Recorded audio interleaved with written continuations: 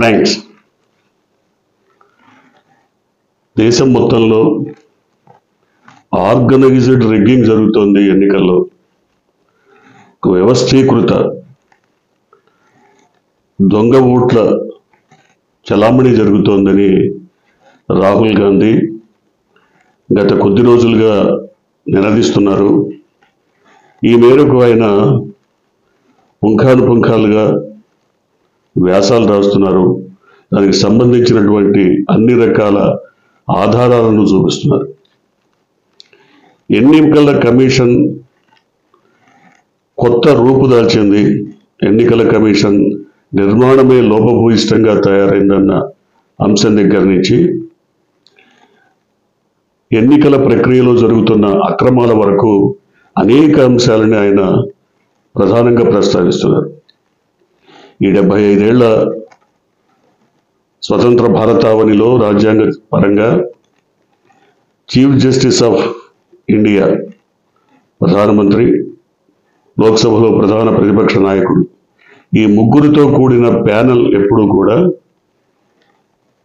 ఎన్నికల కమిషనర్ని నియమిస్తుంది, ఎంపిక చేస్తుంది. కానీ first of it's kind in India, మొట్టమొదటిసారి ఈ ప్రక్రియలోంచి చీఫ్ జస్టిస్ని తొలగించిన ఘన చరిత్ర మోడీ ప్రభుత్వానికి. మోడీ ప్రభుత్వం వస్తూ కొన్ని రకాల చర్యల్ని తమకు అనుకూలంగా చేపట్టింది. అందులో ప్రధానంగా ఎన్నికల కమిషనర్ల నియామకంలో చీఫ్ జస్టిస్ పాత్రని పూర్తిగా తొలగించేశారు. క్యాబినెట్లో 2వ స్థానంలో ఉన్నటువంటి మంత్రి, అంటే హోంమంత్రి కావచ్చు, దాదాపు ఎవరైనా సరే, 2nd పొజిషన్లో ఉన్న మంత్రిని సభ్యుడిగా చేర్చారు. అంటే 3 సభ్యుల ప్యానెల్లో ఒకరు ప్రధాని, ఒకరు మంత్రి, ఇంకొకరు అపోజిషన్ లీడర్.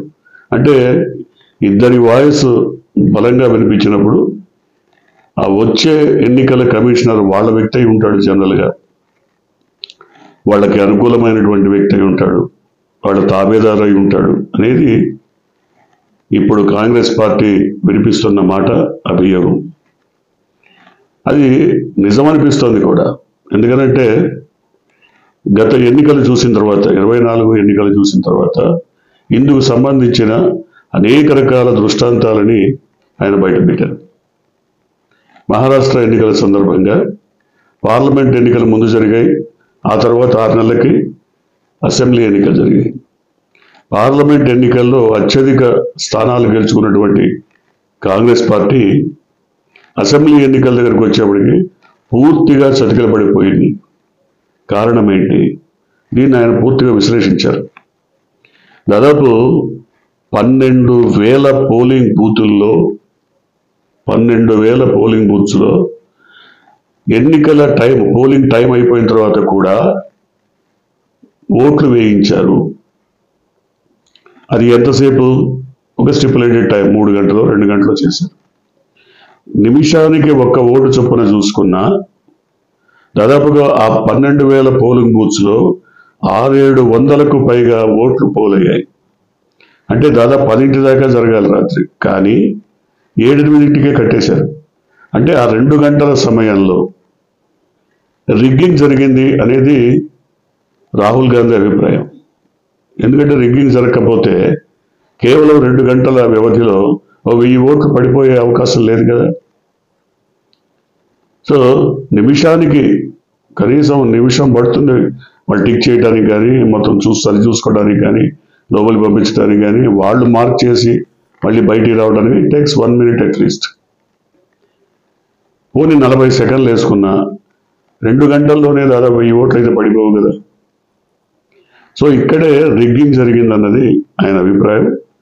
అంతేకాకుండా ఈ 12,000 పోలింగ్ బూత్స్లో గతంలో జరిగినటువంటి పార్లమెంట్ ఎన్నికల సందర్భంగా బీజేపీకి కేవలం 32% ఓట్లు మాత్రమే వస్తాయి ఈ 12,000 పోలింగ్ బూత్స్లో. ఆ తర్వాత జరిగినటువంటి అసెంబ్లీ ఎన్నికల్లో 89% ఓట్లు ఎట్లా వస్తాయి? అంటే రిగ్గింగ్ జరిగింది కదా, జరిగిందనేది విషయం ఎస్టాబ్లిష్ అవుతుంది కదా. ఈ విషయాన్ని ఆయన చెప్తున్నారు. మహారాష్ట్రకు సంబంధించి అనేక రకాల అవకతవకల్ని వాళ్ళు పార్లమెంట్లో మాట్లాడారు. ఎన్నికల కమిషన్ దృష్టికి తీసుకెళ్లారు. అంతేకాదు ఏ దేశంలో అయినా ఎలక్షన్ కమిషన్లు చాలా పారదర్శకంగా ఉండాలన్న నిబంధనలు ఉన్నాయి, ఉంటాయన్న అభిప్రాయం ప్రజల్లో ఉంది. కానీ మన దేశంలో మాత్రం కేవలం వారం రోజుల వ్యవధి కూడా లేకుండా వీవీప్యాట్స్ని తగలబెట్టేశారు. ఎందుకని తగలబెట్టారు? ఎవరి ఆజ్ఞల మేరకు తగలబెట్టారు? కారణం ఏంటి? వాటిని కనీసం 45 days అన్నా ఉంచాలి, 3 నెలల వ్యవధి వరకన్నా ఉంచాలన్న నియమ నిబంధనలని గంగలో దొక్కి తగలబెట్టేశారు. అంతేకాకుండా రీవెరిఫికేషన్ కావాలి అన్నప్పుడు, రీవెరిఫికేషన్ అంటే కొత్త అర్థాన్ని చెప్పింది ఎలక్షన్ కమిషన్. అంటే మీరు ఎక్కడైతే ఏ పోలింగ్ బూత్ మీద అనుమానం పడుతున్నారో ఆ పోలింగ్ బూత్లో మాక్ పోలింగ్ నిర్వహిస్తాం, చూసుకోండి ఎవరికి ఎక్కువ ఓట్లు వస్తాయంటే అప్పటికే గెలుచున్నటువంటి పార్టీకి ఎడ్జ్ ఉంటుంది. ఇంకా మాక్ పోలింగ్ ఎందుకు? అసలు మాక్ పోలింగ్ కాదు కదా, ఓట్లని లెక్కింపు విషయంలో రీవెరిఫికేషన్ రీవాల్యుయేషన్ కదా వాళ్ళు అడిగేది. దాన్ని కాదని మాక్ పోలింగ్ చేస్తామంటారు. అంటే ఇక్కడే అనేక రకాల అనుమానాలు తలెత్తుతున్నాయి. వీటన్నిటినీ కూడా రాహుల్ గాంధీ ప్రస్తావించారు. దీనికి ప్రధానంగా ఎన్నికల కమిషన్ అయితే ఆయన వ్యాఖ్యల్ని, ఆయన అభిప్రాయాల్ని తప్పుపట్టింది. అంతేకాకుండా ఇవన్నీ ప్రజాస్వామ్యంలో ఏదో నిస్పృహతో నిరాశతో చేసినటువంటి వ్యాఖ్యలు, ఇట్లాంటివేవో మాటలు మాట్లాడింది. కానీ తీరా అసలు అభిప్రాయం ఏంటంటే రేపు బీహార్ ఎన్నికలు రాబోతున్నాయి. బీహార్ ఎన్నికల్లో కూడా ఇదే రకమైనటువంటి ఆర్గనైజ్డ్ క్రైమ్ బీజేపీ చేయబోతోంది అన్నది రాహుల్ గాంధీ ఆందోళన. రాహుల్ గాంధీ కాదు, దాదాపుగా దేశమంతా ఇదే రకమైన పరిస్థితి నెలకొన్న ఆంధ్రప్రదేశ్ విషయంలో కూడా అనేక మంది రిటైర్డ్ ఐఏఎస్ ఆఫీసర్లు, ఐపీఎస్ అధికారులు, రాజకీయ నాయకులు చాలామంది ఈ రకమైనటువంటి వ్యవహారాల్ని పూర్తిగా తప్పుపట్టారు. వాటన్నిటినీ వెలికి తీసుకొచ్చారు. ముఖ్యంగా 2014 నుంచి 2019 వరకు కేవలం 4 లక్షల ఓటర్లు మాత్రమే ఆంధ్రప్రదేశ్లో కొత్తగా నమోదయ్యారు. 4 లక్షల ఓటర్లు ఎప్పుడు? ఆ 5 years టెన్యూర్లో. కానీ 2023 నుంచి 24 వరకు, 2023 అక్టోబర్ నుంచి 2024 డిసెంబర్ వరకు, ఈ 1 year, with in a span of 1 year 29 లక్షల మంది ఓటర్లు నమోదయ్యారు. ఎక్కడి నుంచి వచ్చారు వీళ్ళంతా? ఎవరు అసలు వీళ్ళంతా? ఇదే కాదు, దాదాపు పోలింగ్ జరిగిన తర్వాత ఇన్ని ఓట్లు పోలైనాయి రాష్ట్రంలో అనే ఒక నిర్ధారణ వచ్చి ఎన్నికల కమిషన్ ప్రకటించిన తర్వాత ఓట్ల లెక్కింపు జరిపినటువంటి ఓట్లు, పోలైన ఓట్ల కంటే లెక్కింపు జరిపిన ఓట్లు 49 లక్షల ఓట్లు తేడా వచ్చినట్టుగా మరి ప్రకటించారు. ఎందుకు తేడా వచ్చింది? ఎందుకు అధికంగా వచ్చింది? కొన్ని చోట్ల తగ్గిపోయాయి, కొన్ని చోట్ల పెరిగాయి. ఇక్కడే ప్రజాస్వామ్యం అని ఎట్లా అంటారు దీన్ని ప్రజాస్వామ్యం అనరు కదా. ప్రజాస్వామ్యంలో ఏంటంటే మీరన్నీ నిష్పాక్షికంగా, పారదర్శకంగా ప్రజాప్రతినిధుల ముందు, పౌరుల ముందు వీటన్నింటినీ జరపాల్సినటువంటి అవసరం ఉంది. ఒకవేళ ఏదన్నా అనుమానం వస్తే ఓపెన్గా మళ్ళీ వాటన్నిటిని తీసి మళ్ళీ లెక్కింపు జరపాల్సినటువంటి అవసరం ఉంది. కానీ ఆ ప్రక్రియ జరగలేదు. సో దీంతో దేశవ్యాప్తంగా కూడా ఈ రకమైన చర్చ వచ్చింది. అంతేకాదు, రాహుల్ గాంధీ ప్రస్తావించినటువంటి అంశాల్లో ఇంకొకటి కూడా కీలకమైంది. రాష్ట్రాల్లో డీజీపీ స్థాయి అధికారులను కూడా మార్చేశారు. ప్రతిపక్షం కోరినటువంటి ఎస్పీలని, డిఎస్పీలని ఎక్కడ కావాలంటే అక్కడ విచ్చలవిడిగా నియమించారు. ఇది మన రాష్ట్రంలోనే కాదు, ఆంధ్రప్రదేశ్లోనే కాదు, ఈవెన్ పశ్చిమ బెంగాల్లో కూడా ఇదే రకమైన పరిస్థితి జరిగింది. ఇప్పుడు మమతా బెనర్జీ కూడా దీన్ని తీవ్రంగా ఆక్షేపించారు. బీజేపీ వాళ్ళు ఎక్కడ కోరితే అక్కడ, మాకు ఈ ఆఫీసర్ కావాలంటే ఆఫీసర్, ఇతను వద్దు అంటే తీసేసి, ఇలాంటి పరిస్థితులు ఈవెన్ డీజీపీలని మార్చినటువంటి పరిస్థితి. సో వీటన్నిటినీ దేశవ్యాప్తంగా జరిగినటువంటి అనేక రకాల అంశాలను క్రోడీకరిస్తూ రాహుల్ గాంధీ ఎన్నికల వ్యవస్థ పైన, ఎన్నికలు జరుగుతున్న తీరు పైన, ఎన్నికల్లో బయటకు వస్తున్నటువంటి దురాగతాల మీద, అక్రమాల మీద ఆయన ఒక పోరాటానికే సిద్ధపడ్డారు. అయితే ఈ పోరాటంలో అన్ని వర్గాలు కలిసి వస్తే తప్ప ఆయన ఒంటరిగా చేయగలిగింది ఏం లేదు. ఎందుకంటే ఆయన ఒంటరి పోరాటం కనుక చేస్తే నవ్వుల పాలయ్యేటువంటి పరిస్థితి. బీజేపీ ఈ ఒంటరి పోరాటాన్ని పరిహసిస్తుందే తప్ప పరిగణలోకి తీసుకోదు. అందువల్ల ఖచ్చితంగా భావ సారూప్యత గల అన్ని పార్టీలు కూడా మరి రాహుల్ గాంధీ వెంట నడవాల్సినటువంటి అవసరం ఎంతైనా ఉంది ఖచ్చితంగా. ఎందుకంటే ఎన్నికల వ్యవస్థే దెబ్బతినిపోయిన తర్వాత సగటు ఓటరు తను వేసినటువంటి, తను ఎన్నుకున్న ప్రజాప్రతినిధికి తన ఓటు పడిందా లేదా తెలుసుకునే హక్కే కోల్పోయిన తర్వాత పోటీ చేసినటువంటి ప్రజాప్రతినిధి లేదా ఒక నాయకుడు తనకొచ్చిన ఓట్లను తను వెరిఫై చేసుకునే అవకాశం లేకపోయిన తర్వాత ఇంకెందుకు ఈ వ్యవస్థ? సో ఈ వ్యవస్థీకృత నేరాలన్నీ కూడా గతంలో జరిగాయన్నది రాహుల్ గాంధీ అభిప్రాయం. రాహుల్ గాంధీ అభిప్రాయం మాత్రమే కాదు, కేవలం కాంగ్రెస్ పార్టీ అభిప్రాయం మాత్రమే కాదు, రాష్ట్రాల్లో కూడా దీని మీద చాలా పెద్ద ఎత్తున చర్చ జరిగింది, జరుగుతున్నది, ఇంకా జరుగుతుంది కూడా.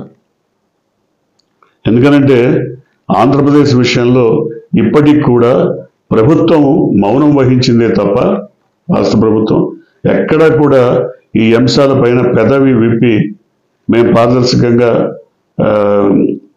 పోటీ చేసి గెలిచామన్న మాట చెప్పలేకపోతుంది, చెప్పట్లేదు కూడా. కానీ ప్రతిపక్షం మాత్రం మరి ఎన్నికల కమిషన్ విషయంలో కానీ, పోలైన ఓట్ల విషయంలో కానీ, ఓట్ల లెక్కింపు సందర్భంగా ఎక్కువ తక్కువలు వచ్చిన అంశంలో కానీ రకరకాల విషయాల్లో అనుమానం వ్యక్తం చేస్తూనే ఉంది ప్రతిపక్షం. ప్రతిపక్షం అనుమానాలకు నివృత్తి చేసే నాదుడు ఎవరు కనపడరు. దేశవ్యాప్తంగానే లేరు, ఆంధ్రప్రదేశ్లో అసలు లేరు, పశ్చిమ బెంగాల్ రాష్ట్రంలో అసలు లేరు.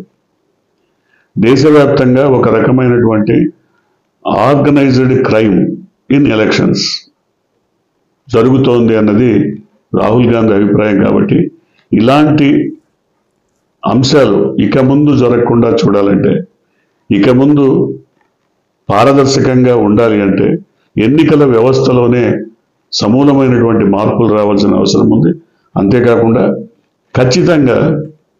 ఖచ్చితంగా చీఫ్ జస్టిస్ ఇండియాని కూడా మళ్ళీ ప్యానెల్లో తీసుకురావాల్సినటువంటి అవసరం ఉంది. ఎందుకంటే వాళ్ళు కూడా చర్చించే అవకాశం ఉంటుంది. ఒక రిటైర్డ్ ఆఫీసర్నో లేదా ఒక ఐఏఎస్నో ఐపీఎస్నో మరి ఎన్నికల కమిషనర్గా నియమించేటప్పుడు అతనికి సంబంధించిన అనేక అంశాలను సీజే కూడా మాట్లాడేటువంటి అవకాశం ఉంది. వాళ్ళు కూడా కొన్ని రిపోర్ట్స్ తెప్పించుకొని వాటిని ప్రజెంట్ చేసేటువంటి అవకాశం ఉంది. కాబట్టి ఖచ్చితంగా పాత పద్ధతిని పునరుద్ధరించడమే కాకుండా పారదర్శకంగా వ్యవహరించడానికి అవసరమైన అన్ని మార్పులు చేర్పులు చేయాల్సిన అవసరం ఎంతైనా ఉందన్నది ఇది ప్రభుత్వ పరంగా కాదు, ప్రజానీకం పరంగా వినిపిస్తున్నటువంటి మాట. చూడాలి. ఇప్పటికైతే రాహుల్ గాంధీ తీసుకున్న అనేక నిర్ణయాలు లేదా ఆయన ఎలుగెత్తిన అనేక అంశాలపైన ఎలక్షన్ కమిషన్ కొంత స్పందించినట్టుగానే కనబడుతోంది. ఓటర్ల జాబితాలు ముందుగా ఇవ్వటానికి మరి నిర్ణయించినట్టుగా, అంగీకరించినట్టుగా చెప్తున్నారు. అంతేకాకుండా వాటిని సరిచూసుకోవడానికి కూడా పెరిగిన ఓటర్స్ ఎవరు, ఎక్కడెక్కడ పెరిగారు, పోలైన తర్వాత వన్స్ పోలింగ్ జరిగిపోయిన తర్వాత ఓటింగ్ అప్పుడు అసలు పెరిగే అవకాశం లేదు, ఎట్లా పెరుగుతాయి? అటువంటి వచ్చిన అవకతవకలు వచ్చినప్పుడు వాటిని గట్టిగానే కోర్టులో మరి కేసు వేసి పోరాడేటువంటి అవకాశం ఉండాలన్నది ప్రజానీకం అభిప్రాయం. చూద్దాం ఏం జరగబోతుందో. మీరు కొత్తగా కనుక ఈ ఛానల్ని చూస్తున్నట్టయితే, మీరు ఇప్పటివరకు మన ఛానల్ని సబ్స్క్రైబ్ చేసుకున్నట్టయితే వెంటనే ఛానల్ని సబ్స్క్రైబ్ చేయండి. వెంటనే వీడియోని లైక్ చేసి షేర్ చేయండి. బెల్ ఐకాన్ని